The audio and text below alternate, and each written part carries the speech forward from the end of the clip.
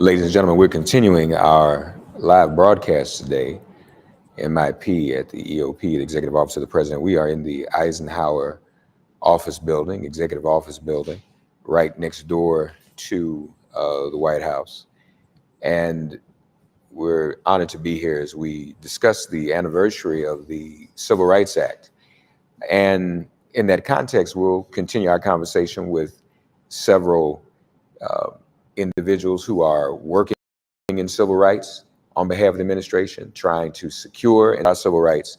The room we're in is the Secretary of War's conference room, because this was the War Department. It used to be called War Department before it was called the Defense Department. So we are now in the Secretary of War conference room. And right here to my right is the chair of the Council of Economic Advisors, Karabo Jackson. My brother, how are you? Doing very well. Thank you for having me, Robert. It's good to have you. Refresh my memory, man. Where are you from? Born in Chicago. Okay. But moved around a lot. Moved around a lot? Okay. All right. All right, bro. Donald Trump, I think he said it the other night, did more for black jobs, black unemployment than anybody. But that's not true, is it? So I'm not going to wade into politics, but as a matter of the facts, right. If you look at the data, this administration under President Biden has done really, really well for black employment. So just to give you a few numbers, I think right now the unemployment rate for black Americans is 6.1%. Mm-hmm. Over the course of this presidency, in the past, we had the lowest record low unemployment, a number we have never seen. It was about 4.7%, something around there. And we had the longest stretch of about 18, 19 months where the unemployment rate for black Americans was at 6% or below, which is something we had just not ever seen since those data are out there. And just to give you some context, if you look at the previous 4 years between 2016 and 2020, the unemployment rate for black Americans was about 8%. And if you look at the 4 years before that or the 8 years before that, it was closer to 11%. So we are actually seeing historic lows in terms of the extent to which black Americans who are looking for jobs actually have jobs. We're seeing historic highs in that regard. So black Americans in terms of getting employment are doing really, really well. So as a matter of, if you want to make a comparison, the past 3 years under Joe Biden have been very, very good for black Americans relative to what it has been in the past. Now that is not to say that there's not work to be done. Now, one of the things that people often point to is the average unemployment rate for black Americans historically is always below that for white Americans. Now, again, this is one of those things that means there's work to be done, but the gap between the unemployment rate for white Americans and black Americans are narrower now under President Biden than have been under any previous president. So I would say that is just absolutely not true. Yeah. And the gap has been more narrow than it's been in history. Right. That's right. The unemployment rate has been lower. In fact, I think at one point, was it last year? It was the lowest it had ever been. That is correct. Under this administration. So those are gains being made. Where does the Council on Economic Advisors come in on that? What advice do you all give to help that to happen and for it to continue? So one of the things that we always want to stress at the council, and I'll just for the administration more generally, is we want to have a strong economy. So one of the things, President Biden has mentioned this, that what you want to do, what he has wanted to do, what we have wanted to do as administration is really ensure that we have what's called full employment. Full employment is a scenario where the unemployment rate is low and the economy is adding jobs. And what that does is it makes it very, very unaffordable. It's not unaffordable for employers to discriminate against workers and not hire workers for reasons that are unrelated to their productivity. So someone who may want to look for a job or is looking to hire for someone for a job, when they see someone and they decide, I'm not going to hire them based on their skin color, it's very hard to do that when you have a tight labor market where you have a lot of jobs that are out there and the unemployment rate is low. In that point, it becomes unprofitable to behave in that way. So one of the things we can do is to ensure we have a strong economy where you have a tight labor market that generates full employment, and that narrows the gaps between groups that historically don't do particularly well when the economy is weak. When you have full employment, those gaps narrow, and that's exactly what we've seen. And basically, that's also consistent with the fact that we've seen record low unemployment for black Americans under this president. One thing I just want to emphasize is, sometimes people look at those numbers and they're sort of skeptical, and they say, well, well, maybe it's because people aren't working and that the economy is so bad they're not looking for jobs. And actually, that is inconsistent with the facts. We're actually seeing very, very high levels of labor force participation in general, so that a lot more Right. people are looking for jobs and more people are looking for work. And the fraction of the Black population that is employed, the gap between that for Black Americans and white Americans, we call that sort of the population employment ratio, is as small as it's ever been. So again, under this president, we've seen gaps narrow both in terms of employment, but also in terms of unemployment, which is a good thing. What about Black men in particular? Well, first of all, just let me say this. We know, for whatever reason, Black women were the hardest hit during the pandemic. But what about Black men? There's all this conversation on social media. What are we doing for Black men? I don't like to separate us, but I'll ask you, aren't things going pretty well for Black male unemployment?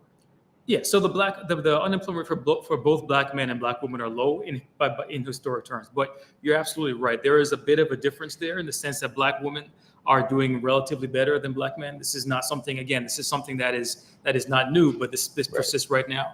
Right. But the gaps are smaller because we have this strong economy. The gaps are smaller than they've ever been. That's right. That's Right, exactly right. Wages. What about wages? What progress have we made in terms of wages? That's a great question. And folks, we just need to know. So this is Civil Rights Act.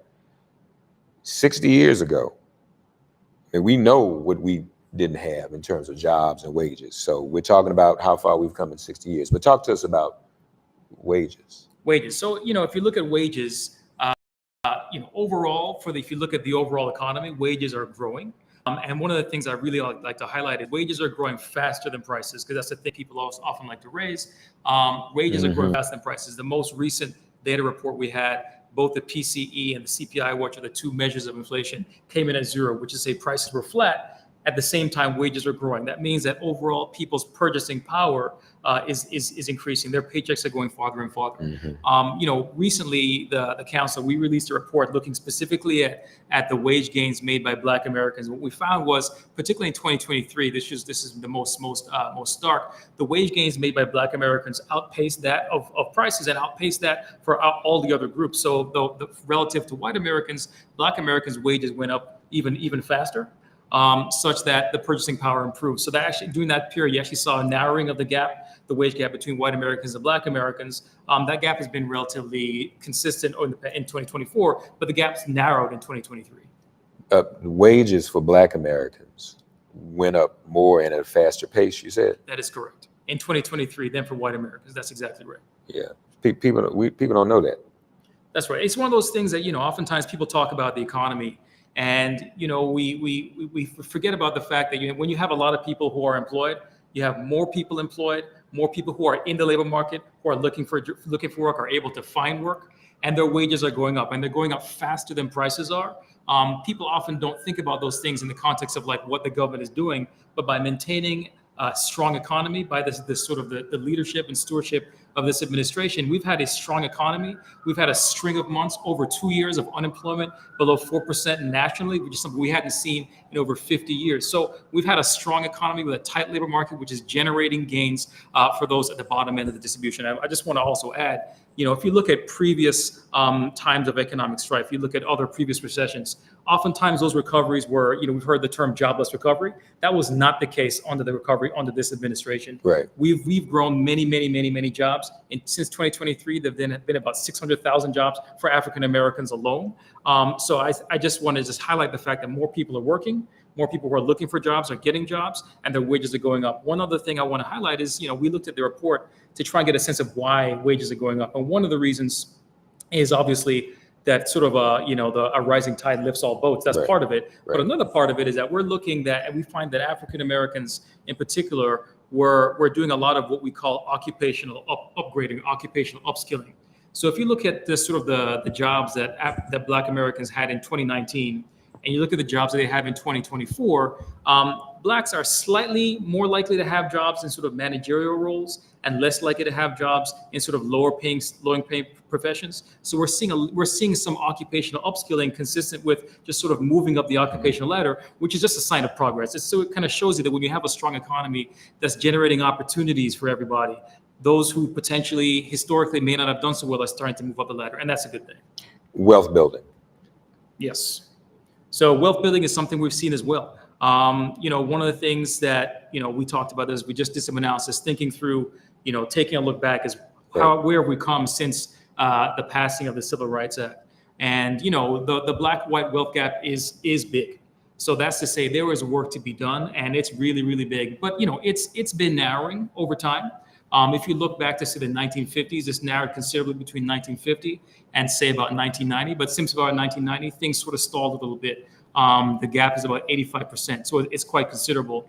That gap has narrowed under this president, which is a good thing, but it's still pretty big. It's something that means we have to work towards. So, this president has been focused on facilitating the creation of wealth for all Americans, particularly for Black Americans, focusing on things such as the creation of the MBDA, the Minority Business Development Administration, under the Department of Commerce, which is designed to really focus on enhancing the ability of businesses owned by minorities, women, veterans, to gain access to capital, to gain access to contractor status, so they can build that wealth, to build that generational wealth, and bring those gaps down. And we've seen some success there.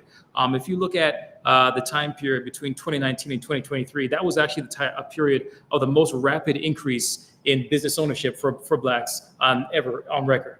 Now, again, that doesn't mean that all the gaps are gone away. We've made a lot of progress, and we want to build on that progress in the future. What is the Council of Economic Advisors thinking about as we get ready to round out this year, and maybe even beyond? What are some of the things you want to see happen?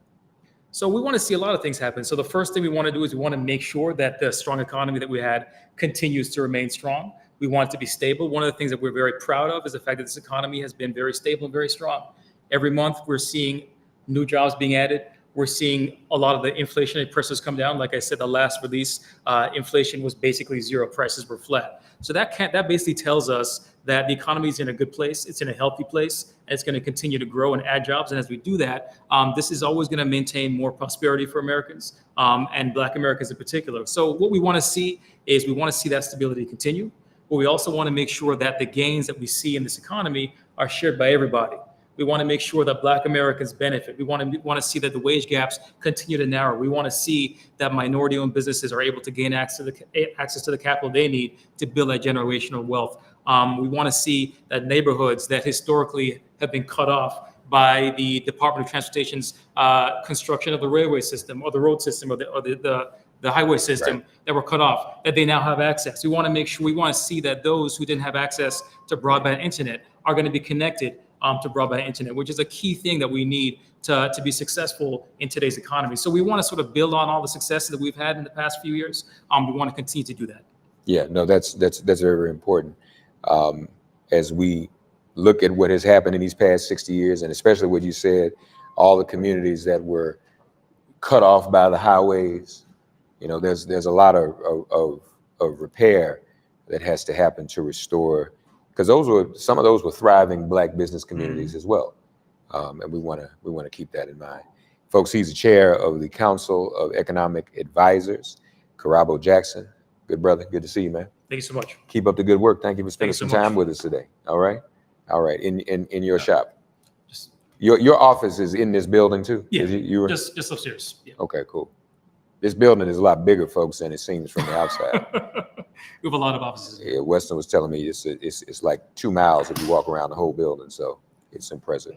Thank you, man. Get my steps in. Yeah, I know that's right. It's good to see you. Good to see you too, man. Looking forward to talking again. Karabo Jackson, folks, with the Council of Economic Advisors, as we are broadcasting on today. This is Civil Rights Day. We want to remind everyone, too, it is also the birthday of Medgar Evers, July 2nd. And so we lift up his name and the Evers family, as well as Merle Evers. If you check my social media, you will see, and Black Press USA as well, was honored to be with the Evers family, that is Mrs. Evers and her daughter Rena, just a couple of days in May, that first weekend in May, I believe. I think it was first weekend in May, when right after President Biden had given Medgar Evers the Presidential Medal of Freedom posthumously. And I was there. Rena, her daughter, invited me to be there to witness her mother receive that medal, and that is a day I will never forget. It was a blessing to sit with Mrs. Evers and hear her tell stories and hear about their favorite song. The Evers' favorite song, the couple song, was Misty Blue by Dorothy Moore, who's actually from Jackson, Mississippi, like they are. And so we lift up the family and keep Mrs. Evers in our prayers on this day, on what would have been Meg Evers' birthday. It is also, coincidentally, July 2nd, two famous civil rights milestones, the anniversary of the Civil Rights Act. We are live here in the Eisenhower Executive Office Building. I'm gonna date myself because I can remember when Eisenhower wasn't even on the building. It was just called OEOB, the old Executive Office Building.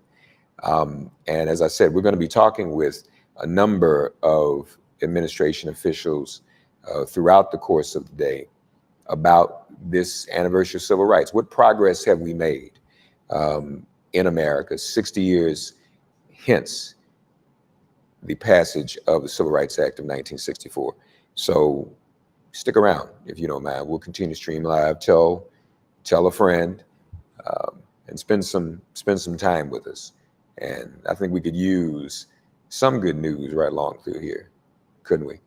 Stay tuned though. We'll be right back.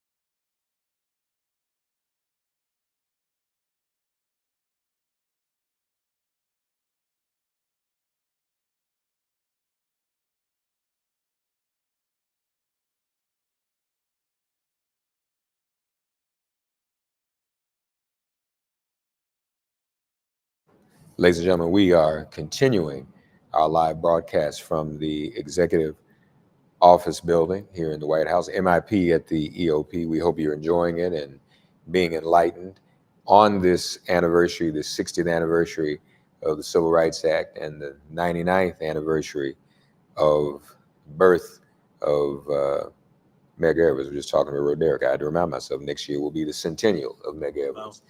And also quite poetic, the Civil Rights Act was passed a year after he passed in life, knowing that he gave his life in this struggle. So what is going on in terms of civil rights? How far have we made it in the past 60 years since 1964?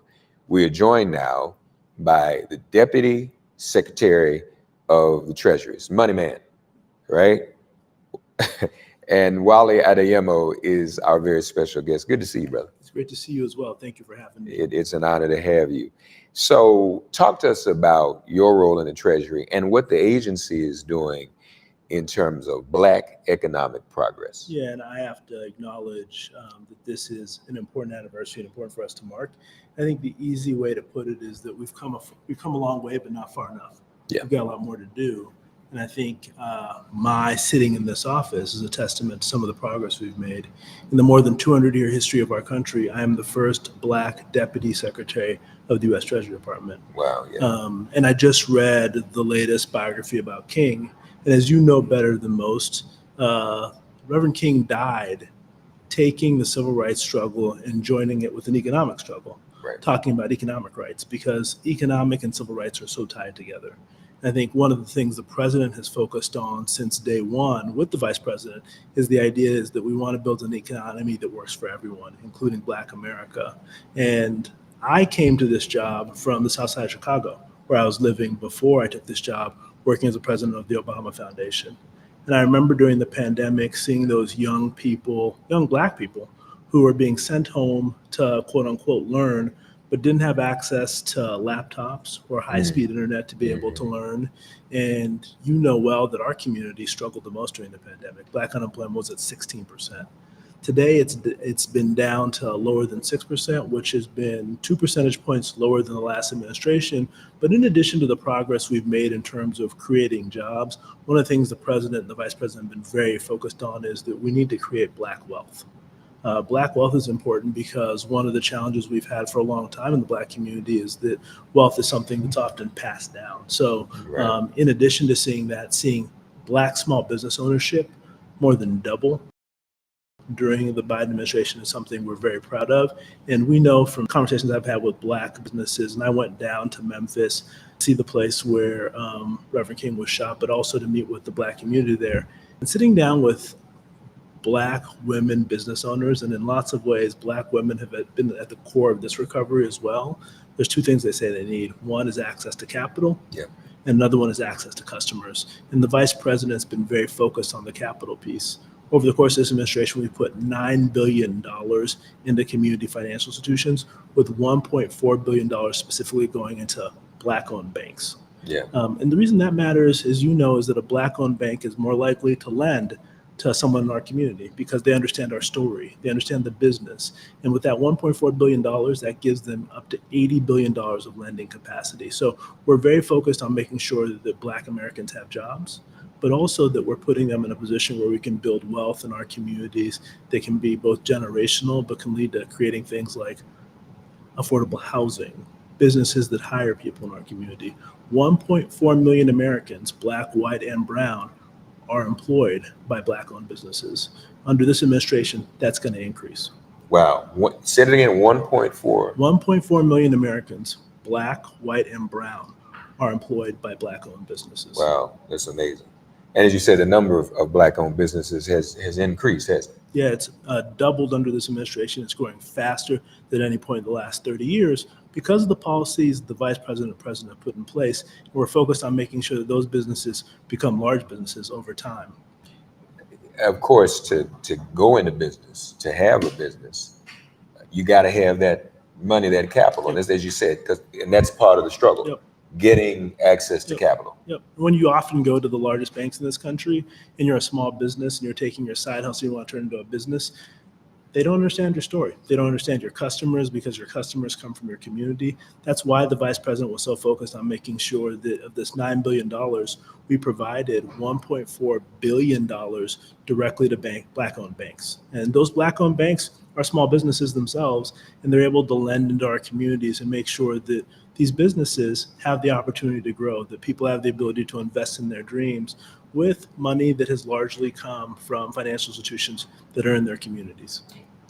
Tell us more about what you do every day in your job to promote this. And does that also include, you mentioned Black-owned banks, but do you dialogue with other major banks about, look, you gotta do this. We have to change the way this has always been done? I do. A big part of my job, I have really three things I focus on for the secretary, who's been a real champion.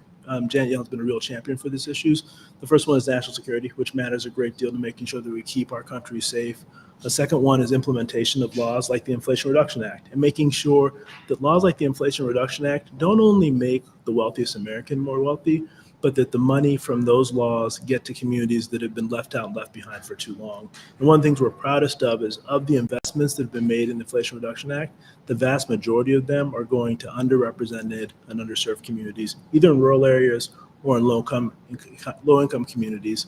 But to your point, I spend a lot of time on the phone with banks, but also big companies around the country. And one of the things the vice president has done is she's created a coalition of these big companies called the Economic Opportunity Coalition. And she said, the government's now provided $9 billion of capital to community-owned banks.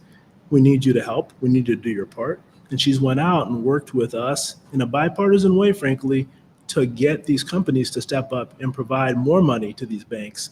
And that's from companies like Google to banks like Bank of America and Wells Fargo, but working to make sure that these companies that made a number of commitments after the murder of George Floyd are fulfilling them in a way that means that small businesses and communities that need this money get access to this money. No, that is very, very important. Have you gotten a positive response from others, as you say, they have to put in and match as well? Is that happening? So we've had these companies already commit to $1 billion of money that they've put into these community institutions. We're hoping in the next few weeks to make another announcement of these companies, these large companies in this country, committing another $1 billion to these institutions in order to make sure they have money to lend to businesses in our community. And the other thing, and we talked about this, in addition to needing capital, the thing these small businesses need are customers. The best customers are big companies, because these big companies are going to be ordering things not just tomorrow, but for years. And the vice president has been focused on talking to these big businesses about making sure that you diversify your supply chain, that you go out and you hire businesses that are small, medium size, that come from communities that have been left out and left behind. And this is a place where we're hoping in the next few weeks, again, we're going to have an announcement about some of these big businesses making long-term commitments to hiring businesses in our communities.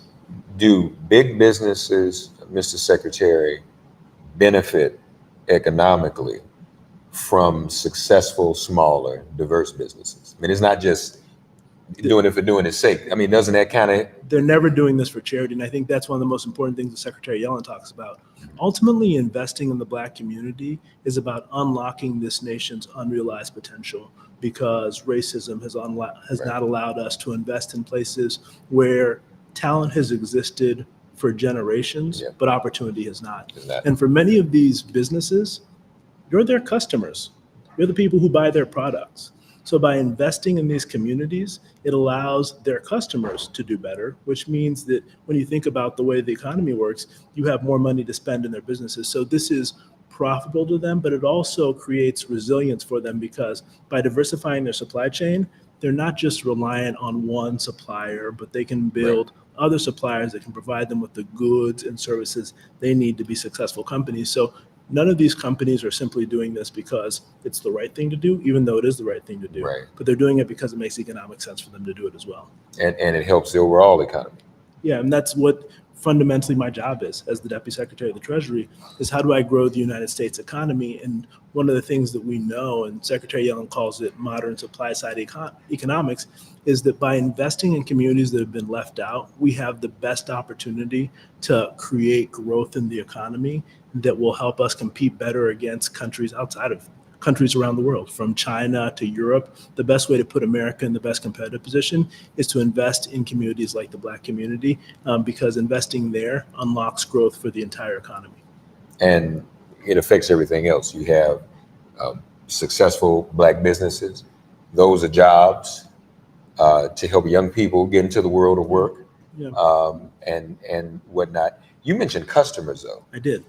Because what's interesting is we always talk about how African Americans have all of this disposable income, and we are everyone's customers. Yep. We are good at being customers. Yeah. So it's time that flip over a little bit. Exactly. And we've got to be focused on building wealth in our community, because, when you think about it, for too long, home ownership, business ownership in general has been underrepresented in our community. And what that means is that it puts our next generation at a disadvantage in terms of their ability to be able to build the type of wealth in this country. And I think something that you had me reemphasize that's really important is that when Black people do well, America does well.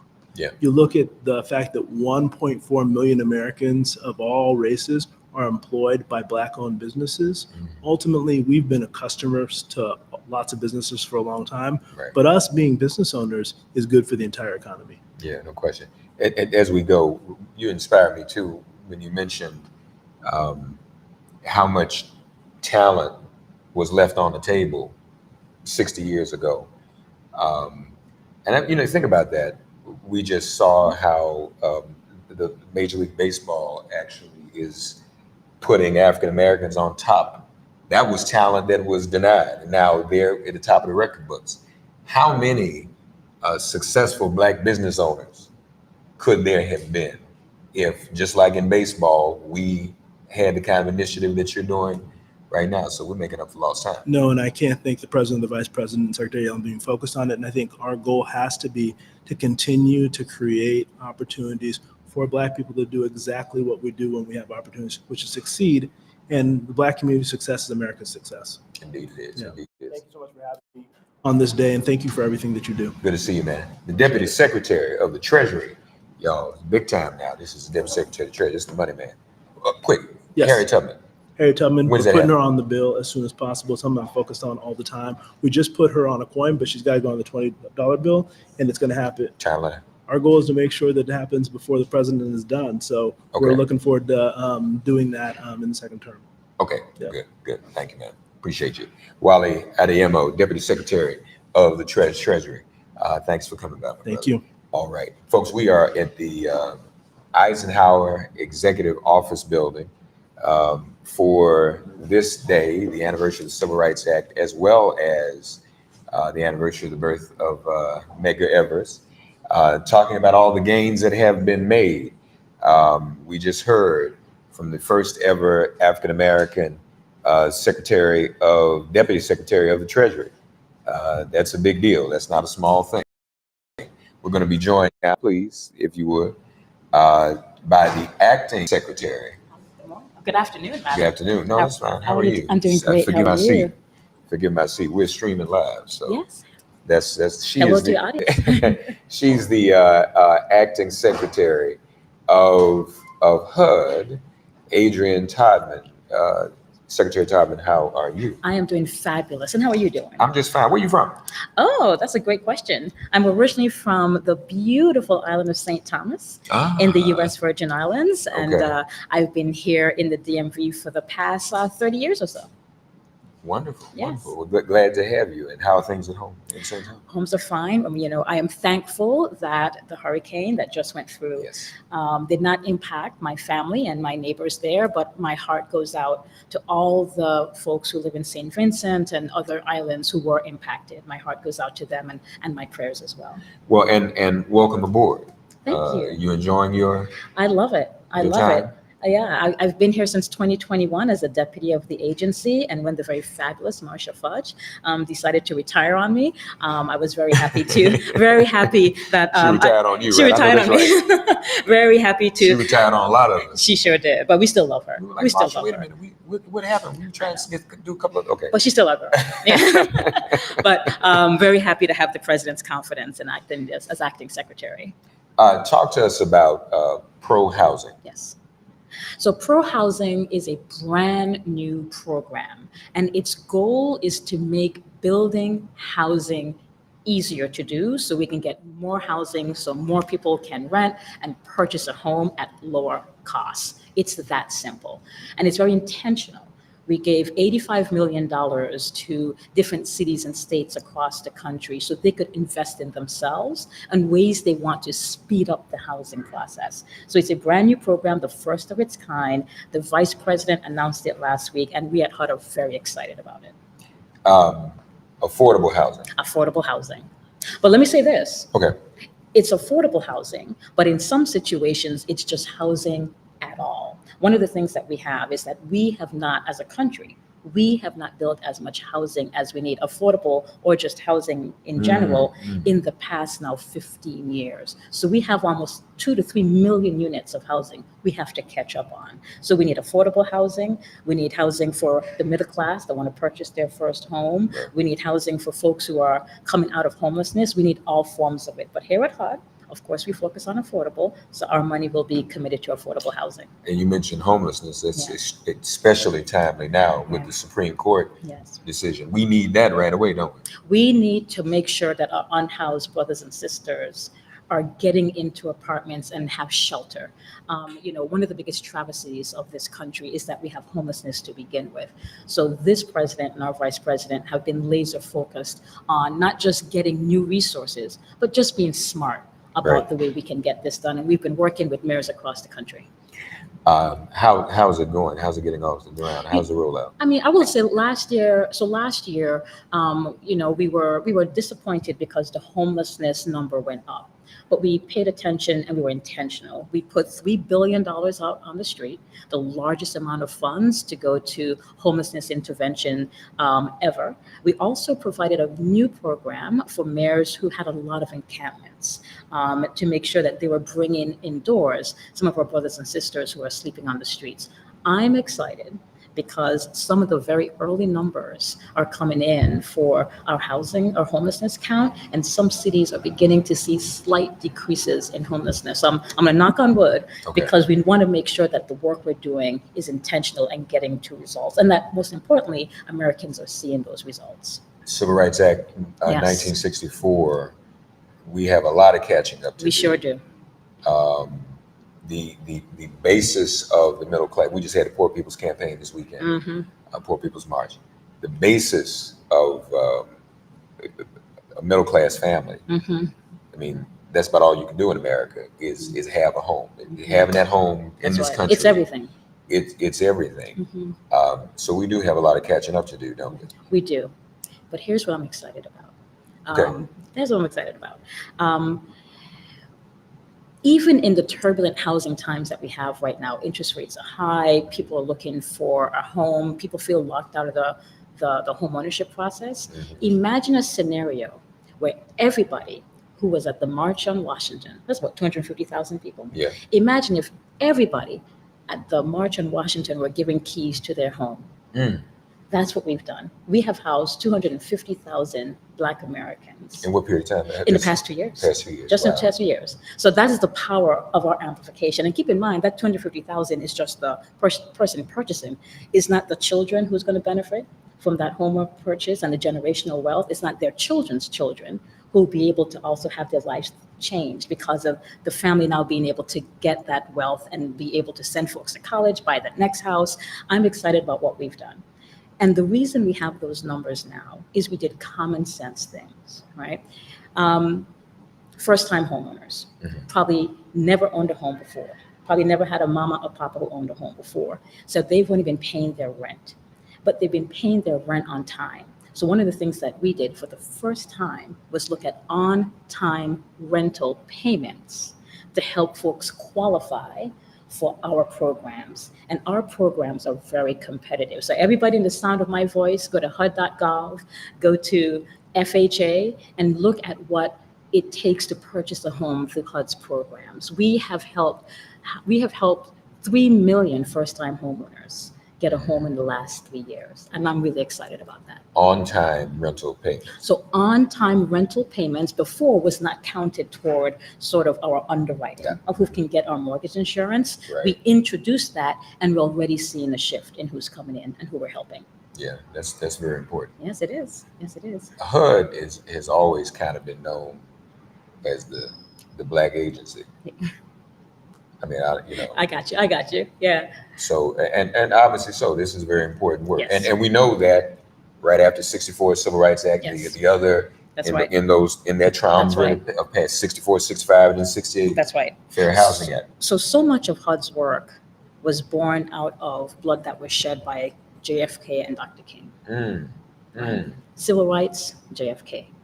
Dr. King, we finally got the Fair Housing Act passed. Right, You know, right. our mission, part of our mission is to carry out the Fair Housing Act, make sure that whether it's race, gender, religion, family status, that we are making sure that you have access to not just home ownership, but just to rent an apartment, and making sure that you are able to get those keys the way anybody else can.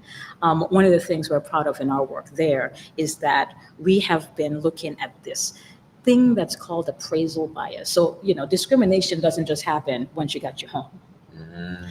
We have been looking at appraisal bias, which is, you've got an appraiser coming to your house. They see pictures, of your aunties and your grandma and everybody else. They see the books that you're reading, and you're like, this must be a black family. And they lowball. They lowball. I didn't know that, really. Oh, it's real. They lowball the appraisal on your house. Same house across the street, white family, a higher appraisal. I mean, I know they do that in certain zip codes, but Right. you're saying in a neighborhood, even if it's in a mixed neighborhood, It can happen. And it's been happening. You got pictures of your family. That's right. And so this president, and I'm proud to be part of this administration, because what this president said was, we can't have that.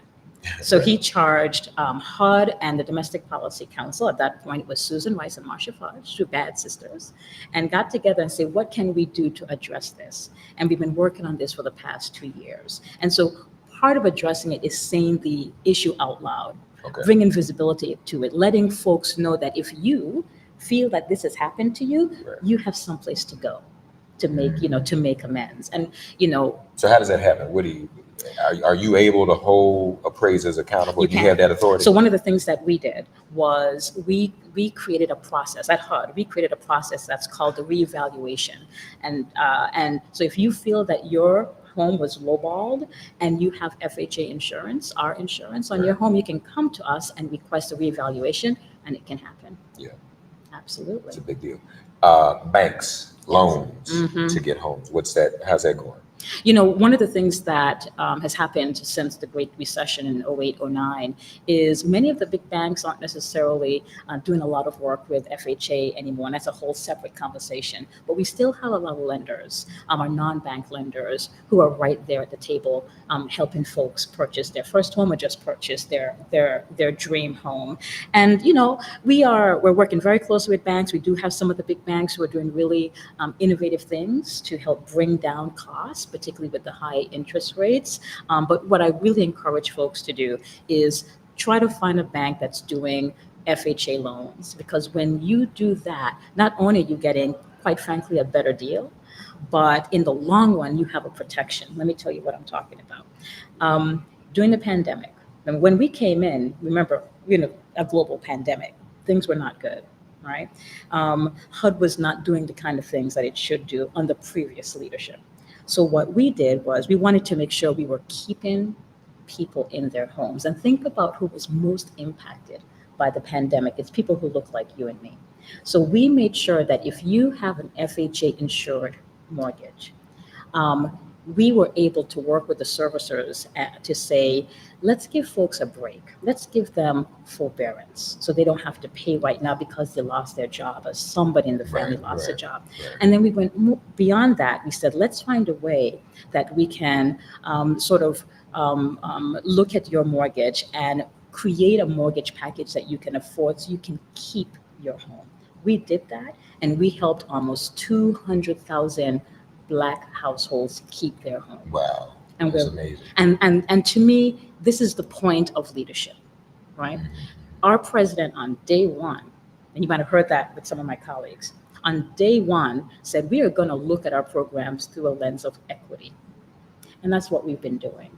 These things that I'm talking about didn't happen because we, just, had great dreams. It came about because we knew that there are people in this country who need help. That pandemic took a hit on the Black community. So we knew we had to start day one protecting people's assets so that they could keep that generational wealth in their family. We knew that people couldn't pay their rent. So we put $50 billion, Wally, who was sitting here, a great friend of mine, together put $50 billion out to help people pay their rent. We have the most rental assistance vouchers in the history of the program to help people pay their rent. So, we're very intentional in what we're doing. And, what I'm hoping is that more folks are learning about that, not just about the history of what we've done, but also to know where their opportunities are for themselves and their family members. This is great. This is great news. Very important work going on, folks. And we know in our history, we didn't have access to any of this, but this is how the American dream was made. This is how the American dream got started. We were left out of that. That's right. When we talk about reparations, that's what we talk about. Mm-hmm. And to be honest with you, the middle class and those who are in the upper middle class, some folks think that folks just woke up one morning on the Cabbage Patch and had some money. No, they had FHA loans, they had GI bills. That's right. That's right. Everybody didn't come from heaven down. Most came from hell up. And so that's very important. So good to see you. You are acting. Yes. So what are we doing about that? I serve at the pleasure of the president. Okay, no, I was wondering because I didn't know whether some people were messing with you up on the hill. We need to go get somebody. Well, I'll give you a call. I'll let you know. Okay, I'll let you know. We'll get that straightened out. That's right. We'll get that cleaned up. Since Marsha just left you like that, we got to make sure. I know. She's my sister, though. What are we going to do? We love her. We love her. Adrienne Tomlin, she's the acting secretary of HUD, Housing and Urban Development. So glad to see you. Thank you so much. Thanks Stay for coming well. back. Of course. You My too. pleasure. You too. Happy Civil Rights Yes. Day. All right. Take care. Take care. All right, folks. We are live here in the Executive Office of the President, MIP, in the EOP, you all, on this anniversary day, and we're rolling right along, talking to a number of officials here at the White House. This is also the 99th anniversary of the birth of Medgar Evers. And if you missed it earlier, I invite you to go to my social media, Instagram, Twitter, at Minister. I don't think I put it on TikTok yet. Maybe I did. I don't know. To see the moment when the Presidential Medal of Freedom, Myrlie Evers couldn't travel here to the White House where we are to receive her husband's Presidential Medal of Freedom in May from President Biden. So I happened to be in LA, and Rena Evers, her daughter, invited me to come by as she presented the medal to her mom. And there was some practicality on my part, because I said, well, Rena, if I'm coming, we got to document that. We got to film it. So I did. And to see Myrlie Evers is a journey. To see Myrlie Evers hold that medal in her arms, and you even see on the video where she hugs it. To see her do that is so moving, because that's quite a journey. And Medgar gave his life that we would have this. And our last guest mentioned JFK.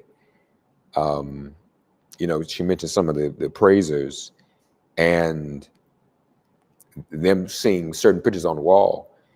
Another way, it's not as true anymore, but another way you could always tell a Black household was when you had our families always had a picture of John F. Kennedy, Jesus, and Dr. King, all right there together. That was a Black household.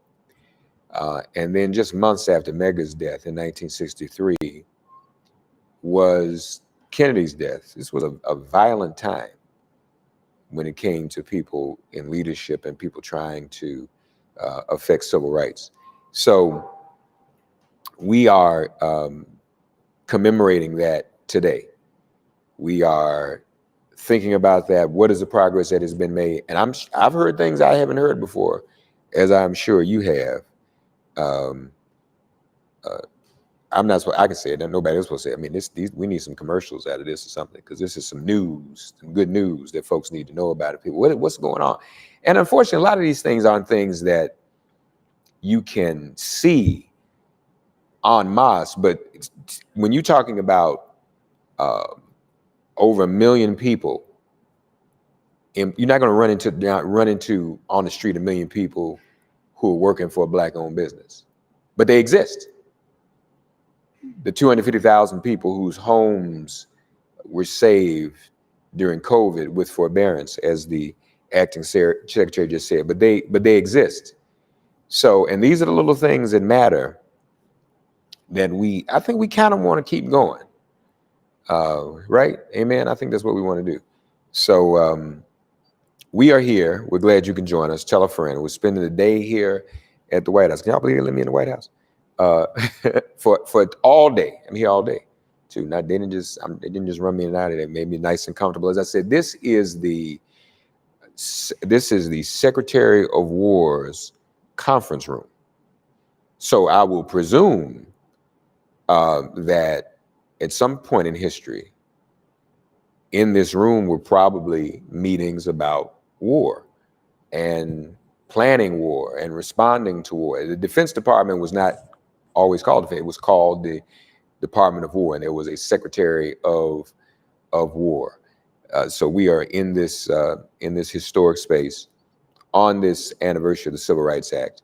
I want to lift up, and this is something that I've even talked to the president about.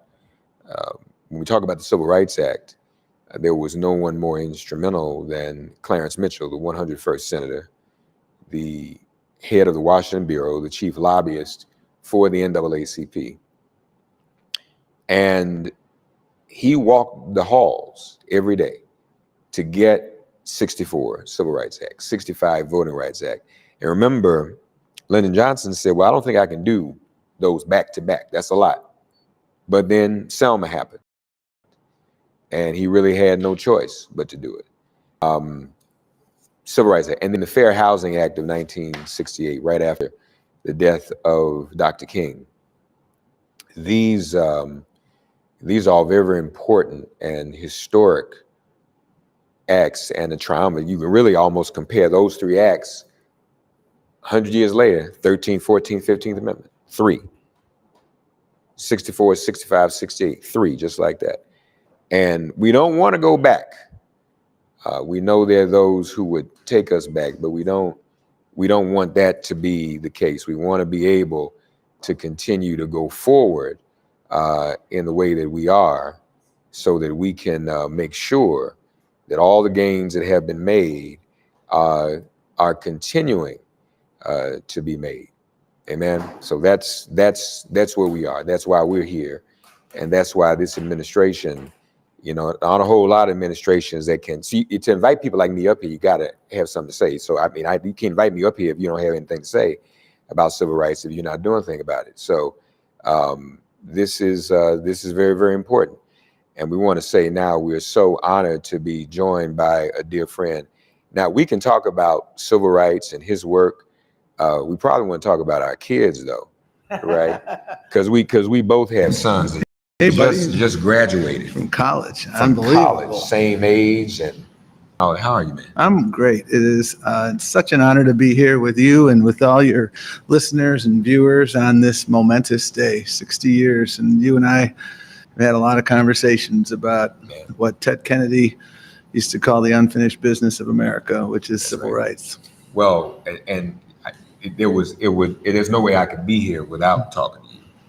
And Well, I appreciate America that. can do that. She's like, well, this is man, so we gotta hook this up, if nobody else. Well, first of all, congratulations to your son. I appreciate it. Same with you. He just moved into an apartment in New York, Okay. so he's going to come see you. Yeah, please. Yeah, absolutely. And go to a baseball game. Oh, that'd be fun. He's a Red Sox fan, though. I want to make sure you know That's that. right. I forgot about that. I just full disclosure, man. You're family. I can't lie to you. That's right. No, I forgot. Yeah. I remember that because you got the Red Sox hat on your social media. We'll let that.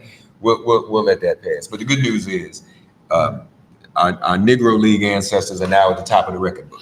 And you know what? I was in Kansas City for the Conference of Mayors about 10 days ago. My favorite baseball museum in America, no offense to Cooperstown, is in Kansas City, the Negro Leagues Museum. Was that your first time? No. I've been there. Every time I go to Kansas City, I try to drop by. My only beef with them is Buck Leonard's statue. They have the wrong glove. They have this wrong hand. Oh, really? Yeah, and that's the same thing. If you go to Camden Yards in Baltimore, Babe Ruth, they have the wrong glove on him. Like you think that there would have been a review process that would have figured that one out. You got to get you back to Jackie Robinson Museum in New York. Have you been there? I have not. I want to do that. Let's do that. Yeah. You'd love Count that me as in. well. Count my son in. All right. Staff's looking at us like they're talking about baseball.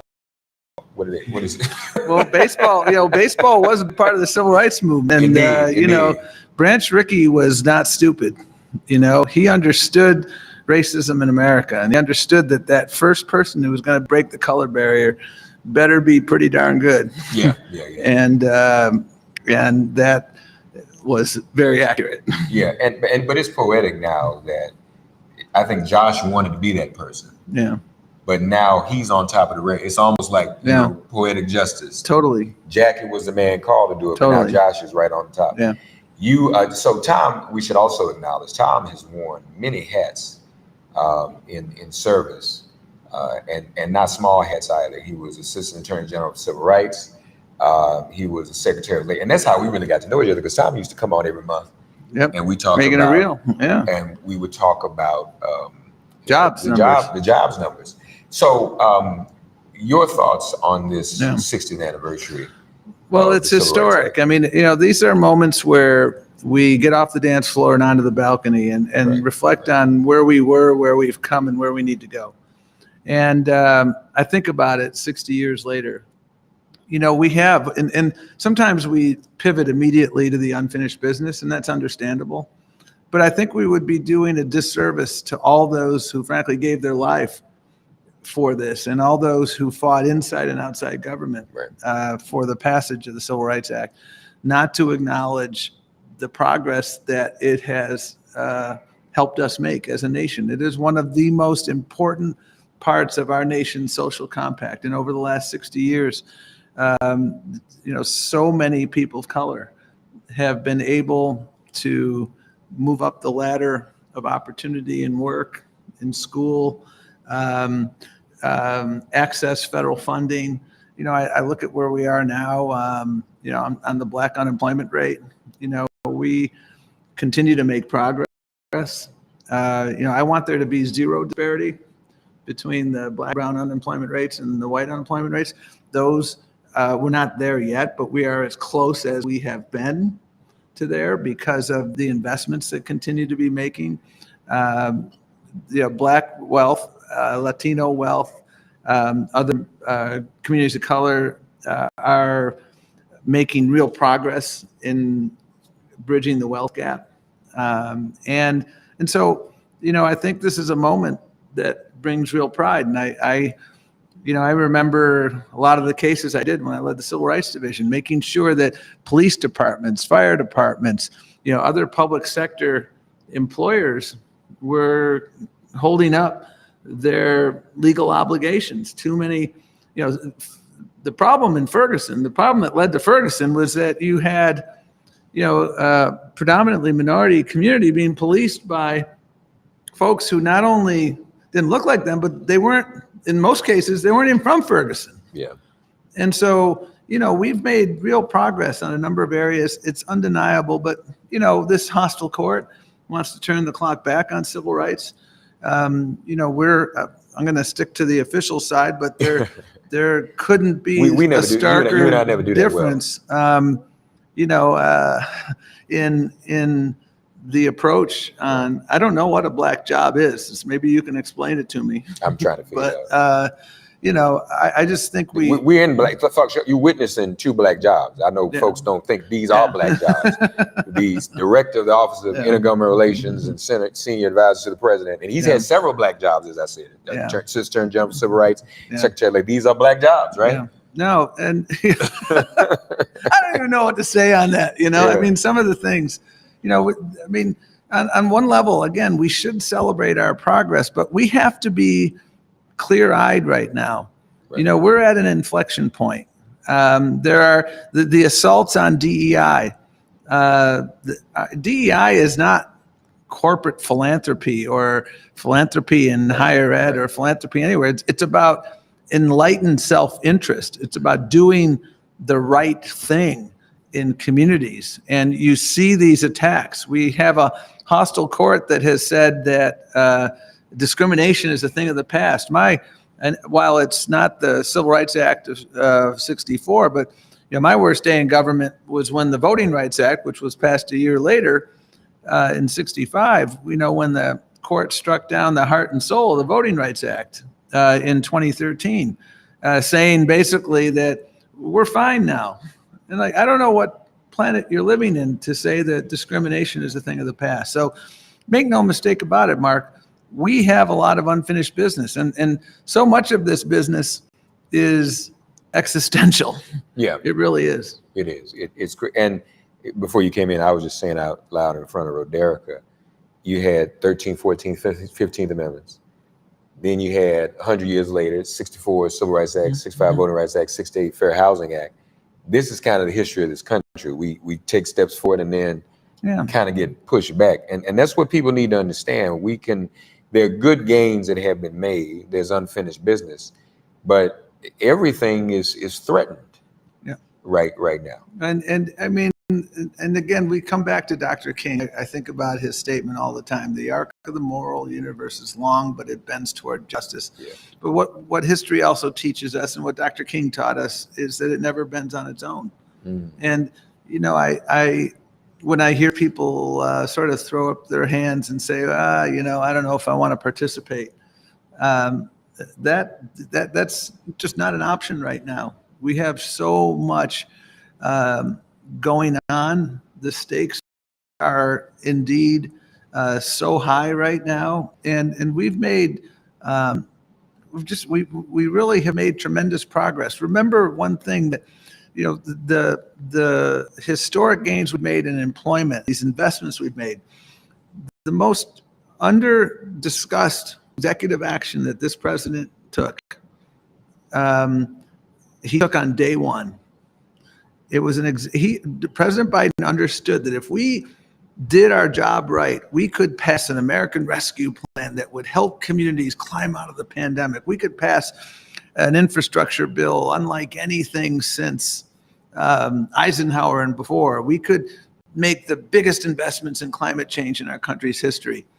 And if we do all those things, we have to make sure that there is connective tissue. And the executive order I'm referring to was an executive order on equity, in which he said, every federal dollar needs to be funneled through an equity lens. And what does that mean? That means transportation dollars. One thing I learned in this job that I didn't fully appreciate is that so many of the infrastructure projects of the late 50s and the early 60s were projects that went directly through minority communities. Milwaukee, one example, 15,000 black homes obliterated, like another 1,000 black businesses obliterated so that they could construct Interstate 43 and Interstate 94. Syracuse, New York, I-81 went right through the black community. And I was there in Syracuse. And I remember meeting a guy who, African-American resident who, community was torn apart. And, he's now part of the union that's rebuilding it. Wow. I mean, reconnecting communities, that's what we call this initiative. It's about reconnecting opportunity. And that equity lens is what Joe Biden's North Star has always been. And you can look at all these investments that have been made. Investments are about helping people. So many communities of color that now have access to affordable housing, so many communities that have been left out that now have high-speed internet. Yeah. So many communities, Right. where, people with diabetes, and diabetes disproportionately affects Black and brown communities, $35 a month. Yeah. That's equity in action. Yeah, no, that's important. Are these some of the points? Because I want people to hear some of these numbers.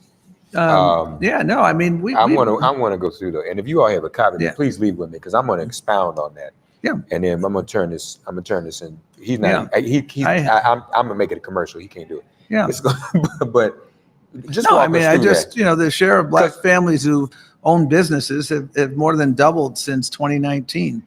Black business ownership among Black Americans is growing at its fastest rate in 30 years. You look at the unemployment rate of Latinos, it was 8% when Biden took office. It's now under 5% or right at 5%. It's gone down precipitously.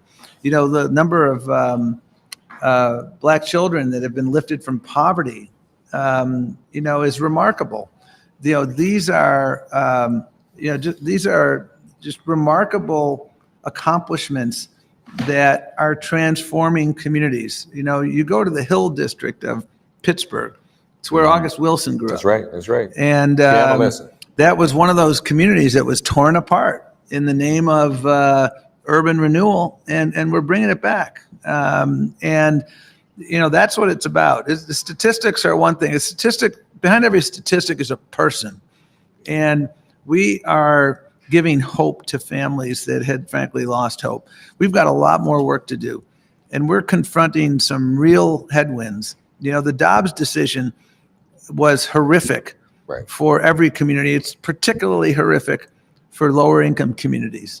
And now we live in a country where you got to win the geographic lottery to have access to reproductive health. And that is not right. And that's why anyone who thinks that, my participation doesn't matter, please think again, because we've got a lot of work to do. And there's a lot of unfinished business. And that's, I reflect on this day with pride. I have the privilege of enforcing this law for many years at the Civil Rights Division. I took that solemn obligation and oath very seriously. And I know President Biden does as well. Tom Perez, the Director of the Office of Intergovernmental Relations and the Senior Advisor to the President. I'm going to share some of this with you all as well.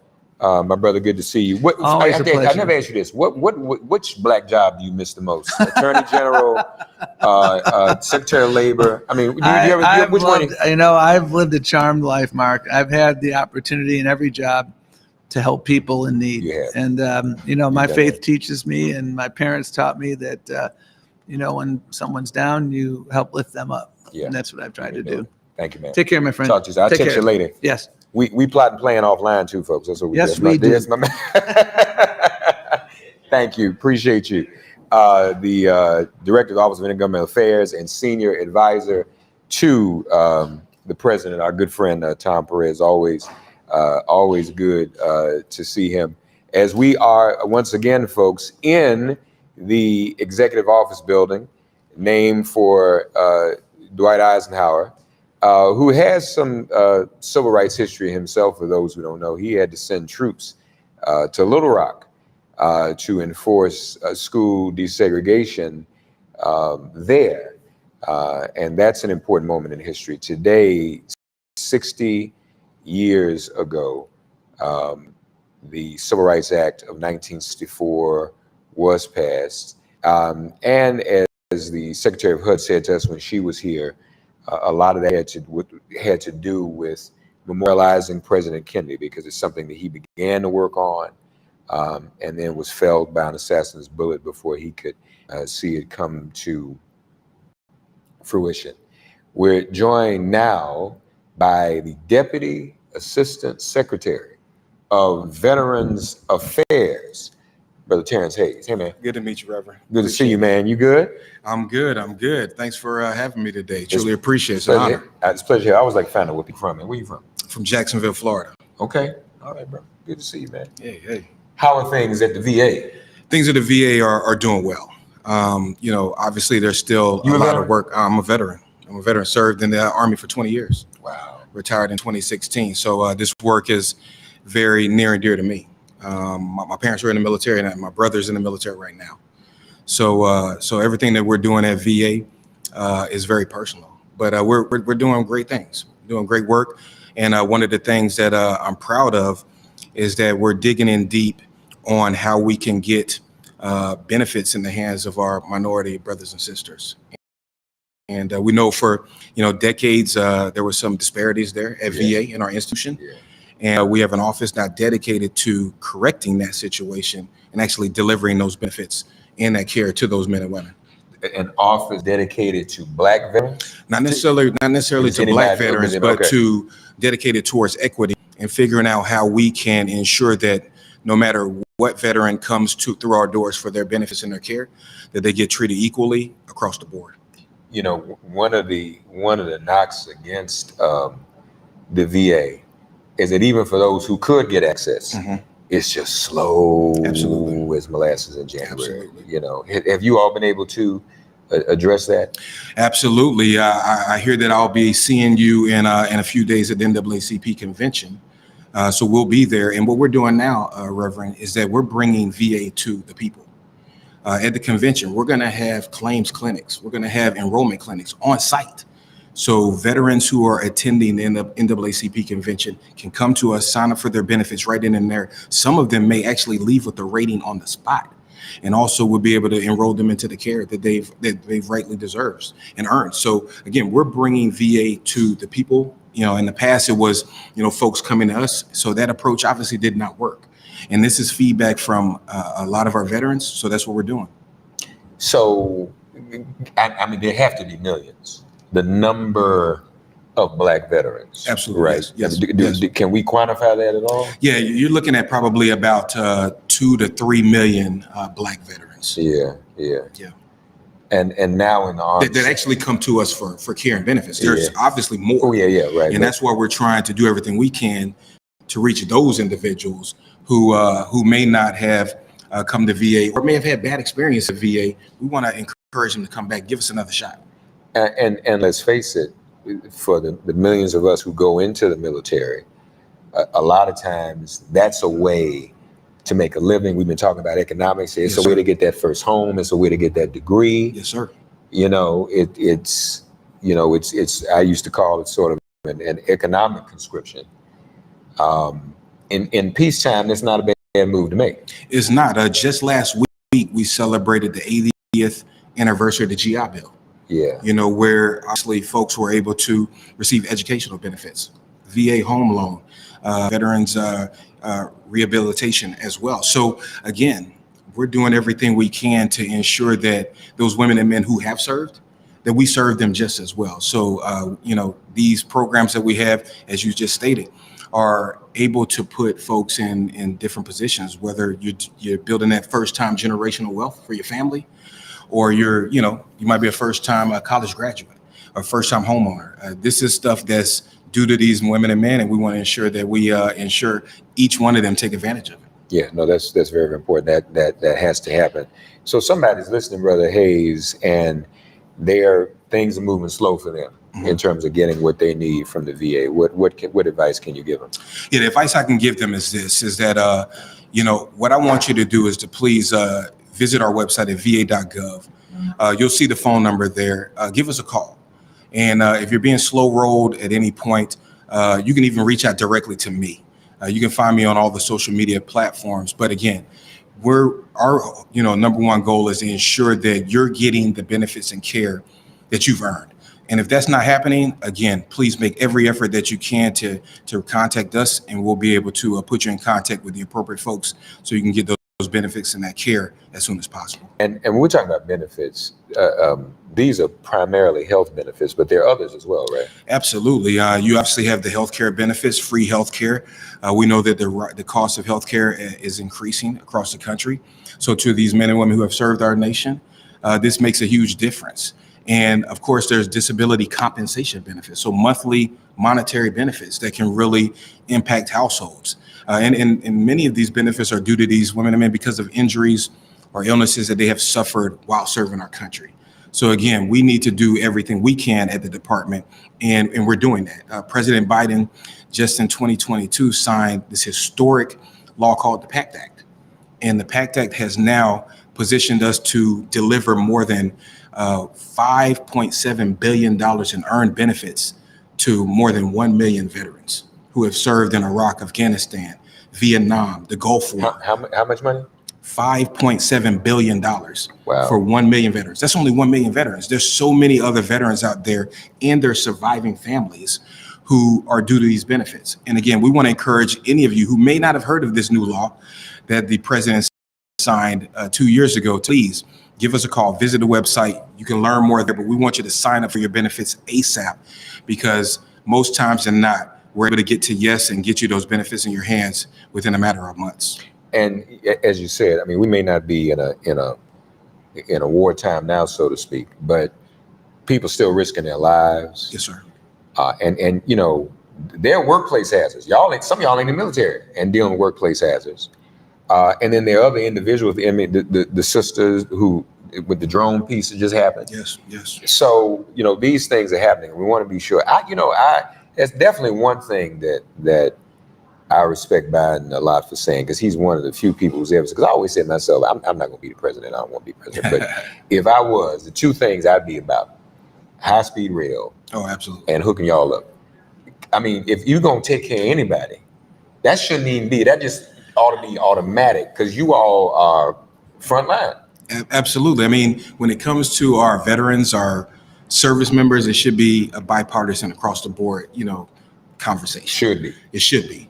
And because these women and men go in harm's way to protect the freedoms that we are fortunate to have.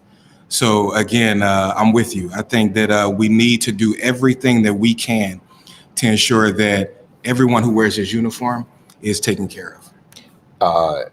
Should be. We got a lot of folk who love veterans, but when it comes time to sign on the dotted line, we can't find them.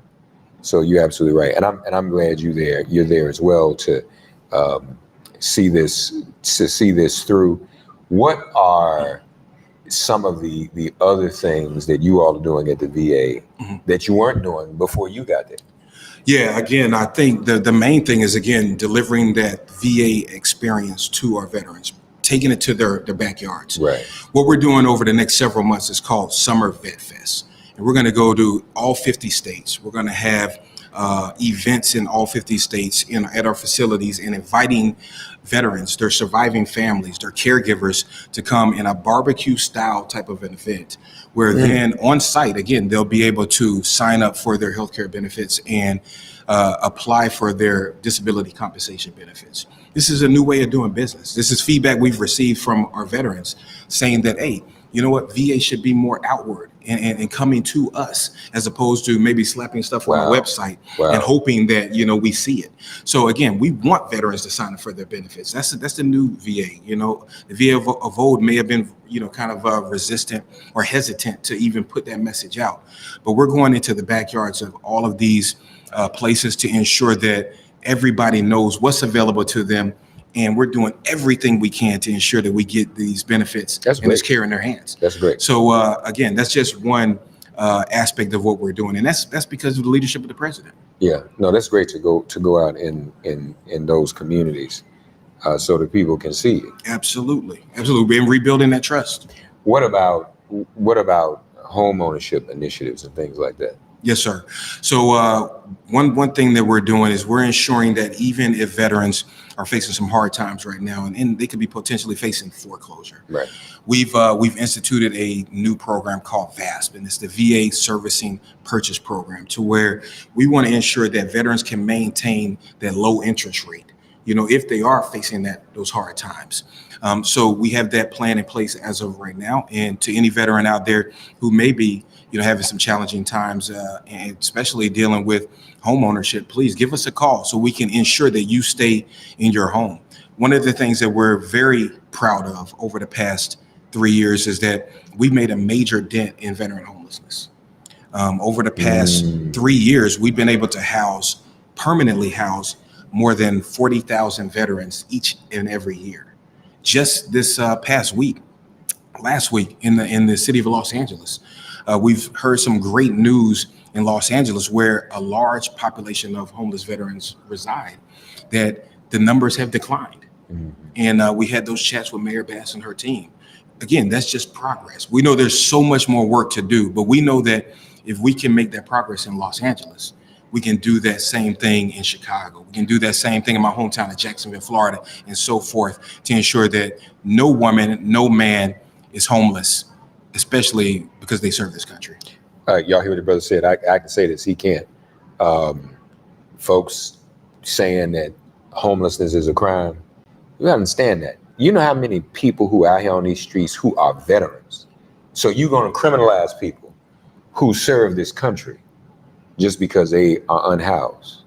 That's not the answer. Suicide. Oh, yes. Yeah, suicide, it's a national problem.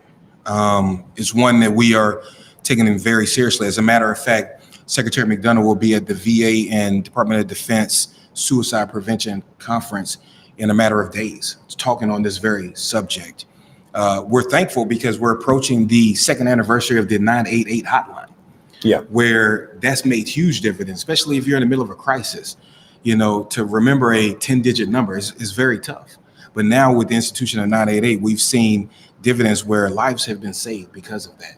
And if veterans are out there right now who may be in the midst of a crisis, I encourage you to dial 988 and press the number 1, and you'll immediately come in contact with a live person who can provide you with the needs and the care that you require in the midst of that crisis.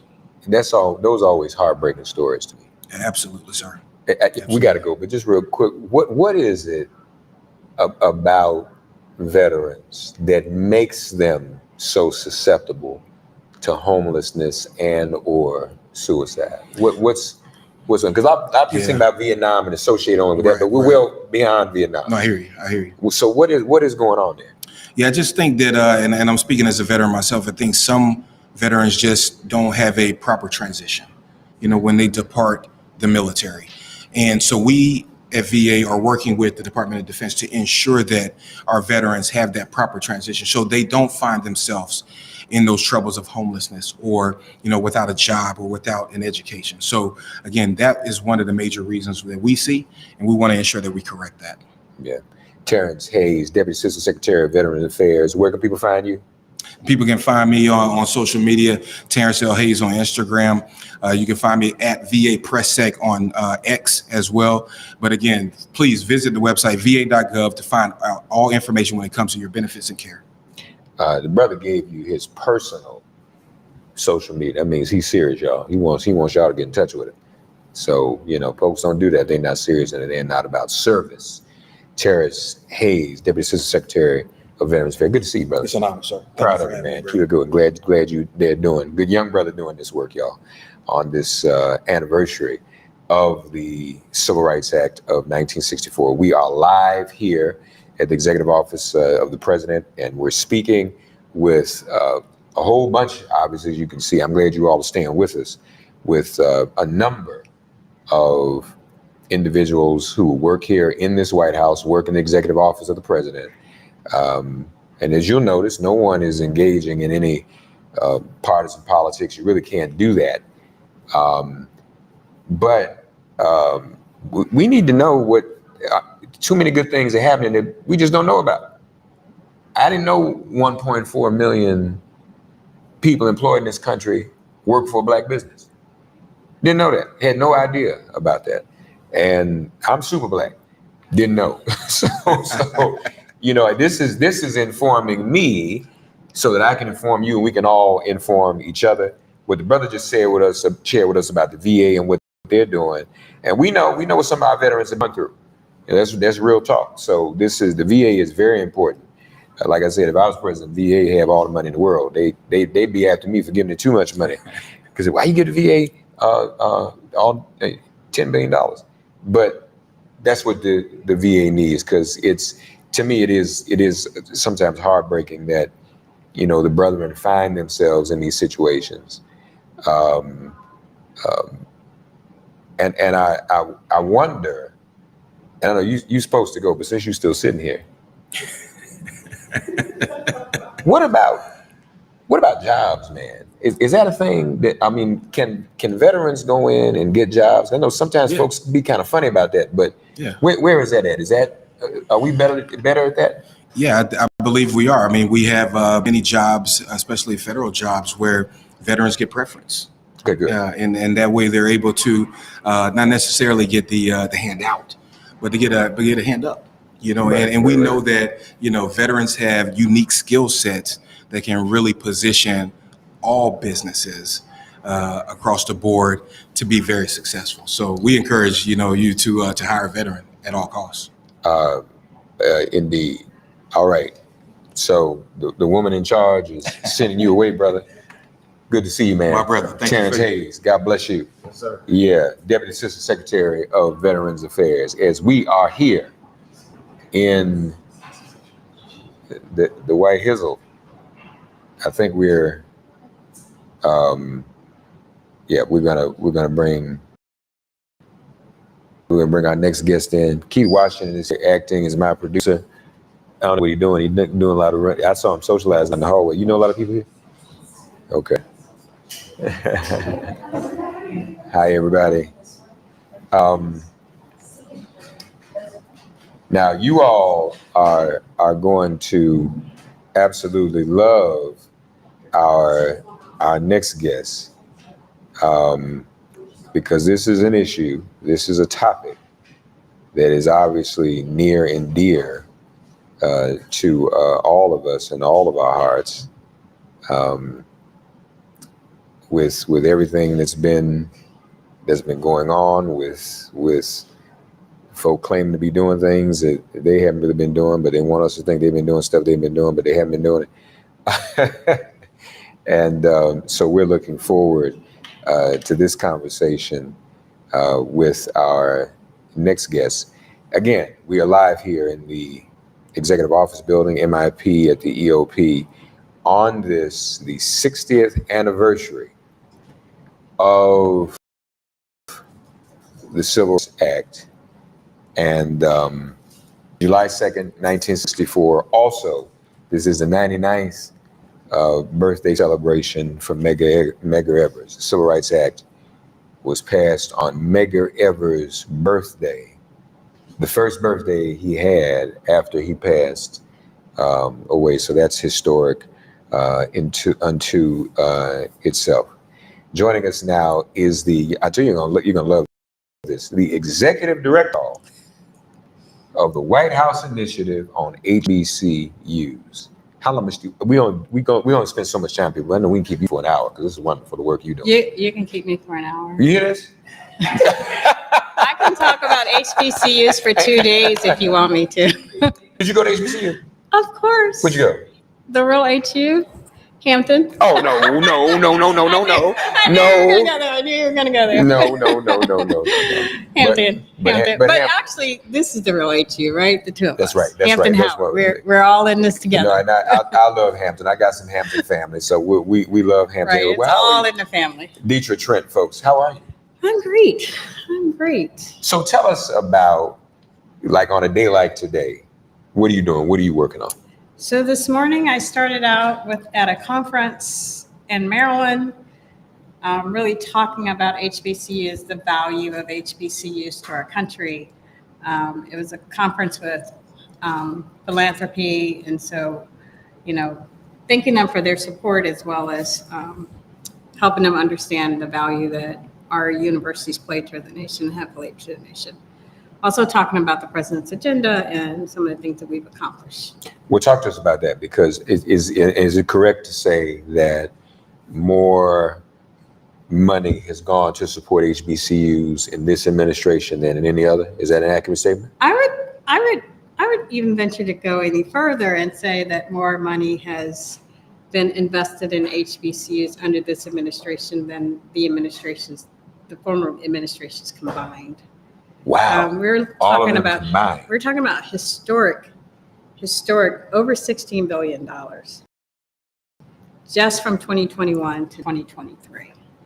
And the reason we can calculate that is because this administration has really taken on a whole of government approach. So not just the Department of Education's responsibility or role to fund these schools, but it's the entire federal government's responsibility to ensure that these schools have opportunities to participate in federally sponsored programs. So whether that's through research, whether it's through programs, whether it's through grants, we are working with our federal partners. We have 37 federal partners, federal agencies that we work with on a day-to-day basis to ensure that our HBCUs are supported and also are able to compete.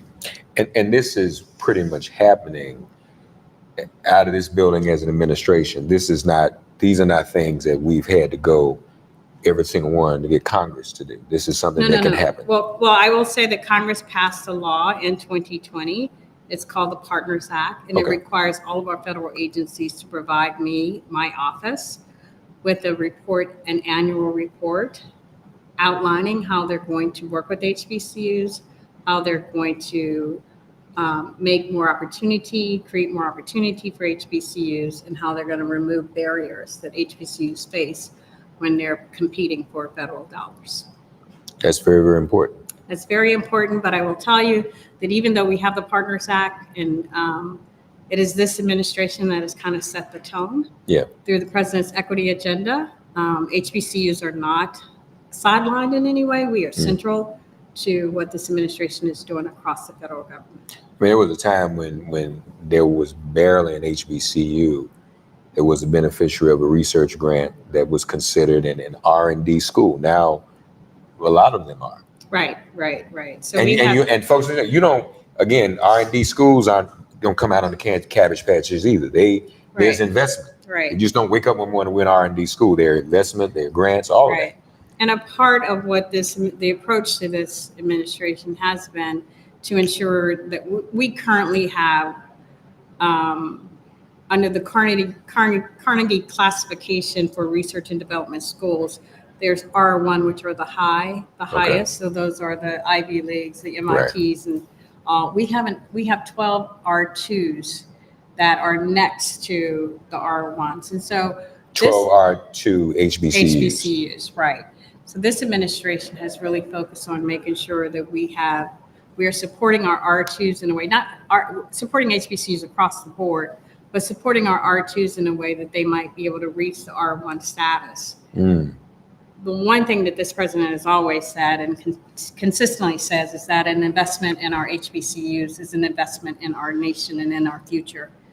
And when we look at this investment, it's not just about wrongs of the past, because we all know HBCUs historically have been underfunded and undervalued, but it's also about our national competitiveness. It's also about innovation. It's also about national security.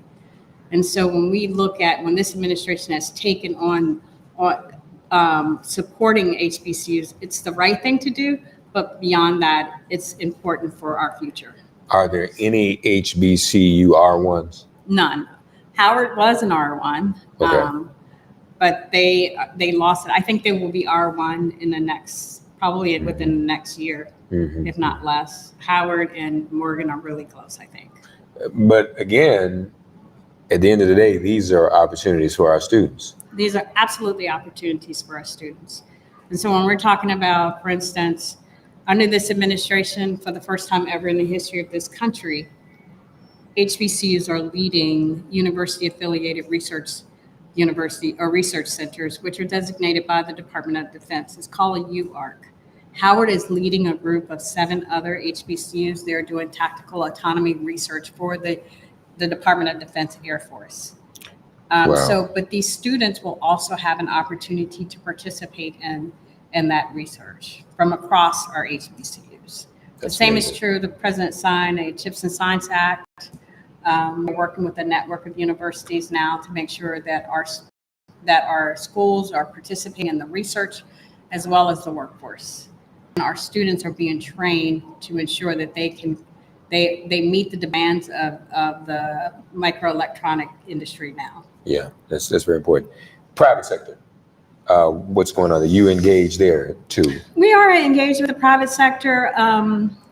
We have a number of partnerships that we're working with now. One of is actually also with the CHIPS work. We're also engaged with private Right. sector there too. Obviously, the industry is a big player in this. Mhm. We have a partnership that we have now with the golf industry. We all know that that's like a $200 billion industry. We brought all of the commissioners to the table and asked, and we said we want our students to get involved in the business of golf. Mhm. So Mhm. not just playing, Right. but we need, we need media folks, we need our lawyers there, we need our accountants there.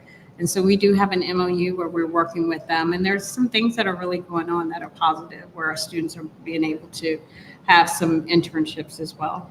Yeah, that's important We too. have a couple also, we have a partnership with HBCUs in LA. I'm sure you're familiar with that organization. We have a partnership there. We have two of our students who are actually going to Paris. Two of the students who were a part of that program this summer are actually going to Paris to the Olympics. To the So there's a Olympics. lot of exciting things going on. Still, even today, for those who may not understand the importance of our HBCUs, the majority of our students still get their degrees and their advanced degrees from HBCUs. Most Black PhDs Come from an HBC. come from an HBCU. So Right. this is HBCUs are still more than relevant and urgent, if Oh. not more so. Absolutely. We know today 85% of our federal judges are HBCU graduates. We know that 75% of military leaders were HBCU graduates. We know that our doctors and our dentists, Black doctors and dentists, about 70% of them are HBCU grads. Over 50% of the Black teachers and engineers were HBCU grads. Yeah. 40% of Congress, Black CBC, HBCU grads, and 100% of our VPs is an HBCU grad. Vice President of the United States is graduate. Yeah, she went to the real HU. She went to the other HU. The only mistake she made. No, I'm kidding. I'm totally Did you pledge? kidding. Are you I green? did not. You No. didn't pledge. Okay. So what's next on the agenda for your office? These are great accomplishments. What other things, other benchmarks you're looking to achieve? So we are focused on 4 key areas in our office, and mostly research, right? So we talked about the CHIPS in Science. We have a network of 28 HBCUs that have come to the table where we're going to come together as a network to put in proposals for research and workforce opportunities within that bucket of money. It's like $11 billion out there. Okay. We have a new agency called ARPA-H. It's Advancing Research. Right. Sorry, it's health.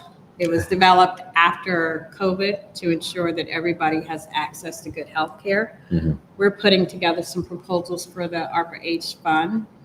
We are working closely with our 1890s. I don't know if you all saw, but the Secretary of Education and the Secretary of Agriculture sent a letter to the 16 states where we have our land grant universities showing where they had miscalculated or Right. underfunded our HBCU. So we're continuing to push that. Mm-hmm.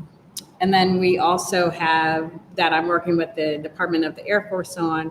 It is a mitigating bias in our data sets. One of the things that we know as we're talking about AI and machine learning, that there's a lot of bias that's built in that. Mm. And so we are working with our HBCUs to lead an effort to look at federal data to see how we can mitigate that bias and across the federal government. So those are the 4 big things that we'll be finishing out this term Okay. with and going into the next term. And then we also have our HBCU conference, which is the biggest conference of HBCU gatherings. That is September 15th through the 19th. We will be in Philadelphia this year. Can I come? Absolutely. Absolutely. I'm going to be looking for you. Okay. Yeah, I'm gonna go. Good. Can I go? You gonna let me go? Okay. Person in charge over here. Folks, Deidre Trent of Hampton University. That's all right. But it's I don't hate on Hampton. It's cool. Executive Director of the White House HBCU Initiative. This is great news. Will they get any more money this year? We're working hard. We're working hard to make sure that we get money from the CHIPS and some of the programs that we talked about. that I Right, just right, talked right. about. So I'm pushing. This is work that has to continue. All right, so we can go to HBCUs and graduate and get us some black jobs. So that's what we got to do.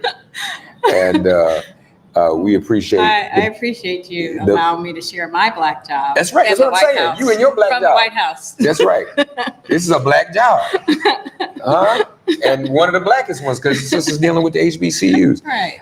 We are all thankful for you. God bless you. Well, thank you, sir. And I know you, that a lot of folk who work behind the scenes administration, people don't know, but everybody knows about this office because so many of us have been to HBCUs, Right. and it's just triumphant Right. when we can get something done for our Right. HBCUs. That's right. So That's we right. It's appreciate you. community.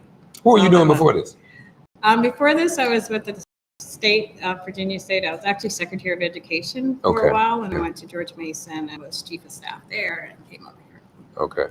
You enjoying this, aren't you? I love this. This is the job that I would do without getting paid. Yeah, This for is free. that job for me. Yes. Yeah. And something like this has to continue. Right. Right. You know, it has to, y'all. It has to It has to continue. We can't play. Especially today. Yeah, Especially in today. So yeah, yeah. We we'll can't. leave it there. We can't play, y'all. We need our HBCUs. They need, because here's the other thing, and I know we got to go. What Sister Trent is talking about, the R1s, as she said, the Ivy Leagues have what you call endowments, Right. and that makes all the difference in the world. So they have resources beyond, I mean, the tuition that the students pay is a drop in the bucket. But most of our HBCUs, they still are dependent upon tuition because it's hard for us to build endowments. That is exactly right. You have endowments, then you have the money to have more PhD programs. Right. I'm starting my PhD this fall, but not in HBCU because, as you know, none of our HBCUs have a PhD in theology. Right. We all have the D-Min. You got to have at least $20, $25 million in the bank Correct. to get an accredited PhD office. Now, HBCUs have other PhDs, but nobody has one in theology. There's no PhD in theology at an HBCU after all these years. Mm-hmm. Howard was trying to get one, couldn't raise the money. So when people always look surprised when I say that. We didn't know that, because you see Reverend Doctor. Right. Most Reverend Doctors are D-Mins because Right. that's the terminal degree Mm-hmm. to be a pastor. Hampton, School of Religion, D-Min. Right. But as venerated as these HBCU divinity schools are, because we don't have that endowment That's money. right. That's right. So y'all, this is where we at. So yeah, And if I could just end on this one point, when we look at our schools and we compare the opportunities that the predominantly white institutions have had over the years, and actually being awarded federal dollar to do research. I think what people don't really understand is that there is a portion of that money that is that they are able to keep for the administrative cost. And so if you're getting if you're doing $200 million in federal research, you can keep a certain percentage of that. Sometimes it's Right. up to 50%. So if you're keeping that for administrative costs, then all the money that you raise otherwise go Right. to your endowment. that's right. So That's we have been left out of that, and a part of what this administration has been trying to do is make sure that there's equity in how we're doing our funding our schools as well as opportunities for our schools. Our HBCUs provide jobs in the community. They provide, they're the cohesion Right. They're the nucleus of the of the community. whole piece. And as many of you know, I just shared so you can know, my mother's home was right smack in the middle of Fisk, Tennessee State and Meharry. That's where I Mhm. grew up. On every camp. My whole family even went to one or all of those schools. Right. But everybody worked there, Right. and it was hard. There was nothing else to do in Nashville but go to school. Right. You went to Fisk, Tennessee State and Meharry. I mean, it was hard not to do that. Right. Right. And so she's doing the Lord's work, y'all. We appreciate her. Dr. Deetra Trent here with us with she's the director of the White House Initiative on HBCUs. Thank you so much for being here. Thank you Keep so up the much. great I work. appreciate it. And we forgive you for being at the other HU. We forgive you I for that. appreciate you. But we all do go, all as preachers, we go to the Hampton Ministers Conference though. So we go down there. So Okay. that's important. That's very important. It's the biggest conference of ministers That's in right. the country, right? That's right. That's right. That's right. All right. Well, Good to it's see great you. to see you again. Good to Thank see you you. so All right, much. be in touch. And anything we need to do to get the word out, folks, this is the real deal right here. This is important work. So Thank you. keep us posted on all I you're will doing. do. All right. And let me come to the conference. Y'all gonna let me come to the conference? We're expecting you at the conference. Okay. She took her mint and out her head. She was thinking about it. I'm good though. I'm good. Okay, I can come. And Roderick is gonna let me go. So I think we're good. good. All right. Thank you. Take Thank you care. very much. All right. Folks, we again are here in the Eisenhower Executive Office Building. I think what we're going to do, because we got a little time here. So what I'm going to do is I'm going to start a new stream, folks. That's what I'm going to do. I'm going to start a new stream in a minute.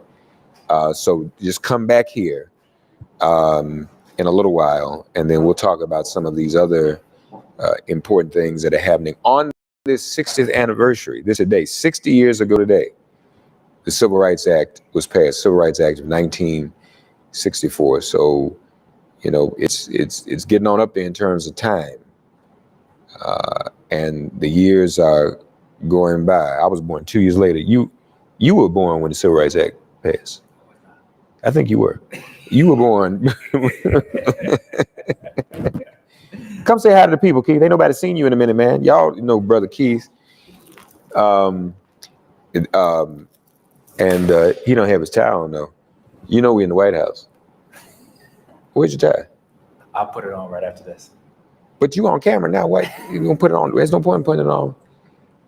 Have you seen this document about all the things that key economic statistics for Black Americans?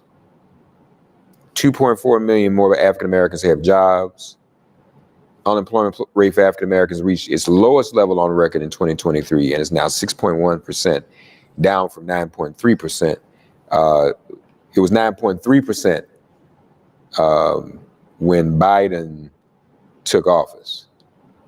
Yeah, so there weren't that many Black jobs before Biden got here. All the Black jobs that people had, Black jobs, Black jobs. The Black-white unemployment gap fell to its lowest level on record, going back more than 50 years. That was last year in 2020. Remember that, because it literally happened. We were live on the air and we got the news, the jobs report, and it was like everything had shrunk. The share of Black Americans with a job is at its pre-pandemic level, near its highest level in 2 decades.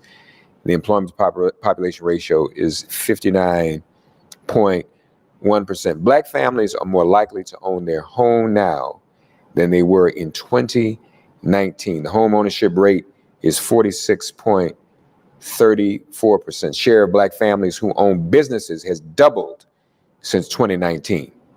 Wealth among African Americans is up a record 60% since 2019 after accounting for inflation. The Black-white wealth gap is at its narrowest level in 20 years, though it remains a long-standing challenge. Of course it does. So those are just a few things we want to share with you. We've got some more from this document we'll share in terms of what some of the accomplishments have been. You glad to be here in the White House? Always glad to be at the White House. I know that's right. Keith Washington here, y'all, as he's made some Black history. Not only has he worked with me on the show over the years, and he'll be with me at the convention. I know we're not supposed to talk about the campaign, but I'm just saying we're at the convention. When we go to the convention, Keith will be by my side. And you all remember that Keith was the first chief of staff for our Black political party that we had in the District of Columbia, the Umoja Party. The most recent Black political party to have ballot status in any jurisdiction. And I remember people would say, well, nobody's gonna vote for a party with an African name. And then a few years later, we elected President Obama. So you can probably take some of the credit for that, Keith, because we had a Black political party with African names. That's what's up. We are here in the Executive Office Building on this anniversary of the Civil Rights Act. and also the anniversary of Meg Evers' birthday, the 99th year of his birth. We'll have a big, spoke with the family this morning, and I want to remind you, if you have not already, check out my post on my social media, at Minister on Instagram and on Twitter, and on TikTok. I think I put it on TikTok. I'll probably do it now when we take a break, if I haven't, where you will see for the first time Myrlie Evers' reaction to receiving the Presidential Medal of Freedom, that this president, whose office we're in, this president gave that medal posthumously to Meg Evers because he gave his life for our right to vote. That's why it is sacred. That's why we do not take it for granted. Everybody should vote, right? Everybody should vote. Okay. Keith agrees. Everybody should vote, so we want to do that. Folks, we're going to slide off of this live stream. We're going to start a new one in a few moments. Check us back out in about 10 minutes or so, and we'll continue to be live from the White House.